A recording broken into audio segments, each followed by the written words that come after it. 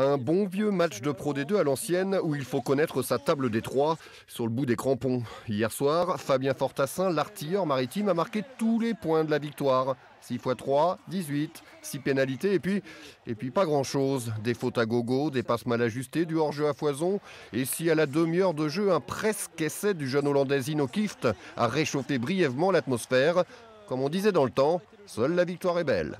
Il ne manquait pas grand-chose. Je vais revoir sur le vidéo si la décision était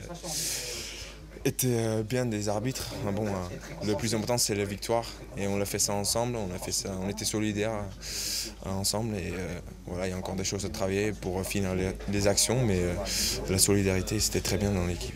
Le second acte sera du même acabit, à l'image de cette passe au juge de touche, symbole d'une partie où les lignes arrières ont été sevrées de ballons. Un carton jaune pour l'ancien Rochelais, Ludovic Bernard, une pénalité Tarbès, histoire de ne pas rentrer Fanny. Autant dire que dans les travées de Flandre, on avait surtout hâte au week-end prochain et un choc au sommet chez le leader du championnat. Même si on n'en a pas parlé, ça reste toujours dans notre objectif. On a vu les Lyonnais perdre, on sait qu'on revient à 6 points. Voilà, on a le premier contre le deuxième dimanche prochain avant 15 jours de coupure. C'est vrai que c'est excitant. Voilà, on va préparer un grand match de rugby de haut de tableau. Donc si on est deuxième ce soir, c'est qu'on le mérite.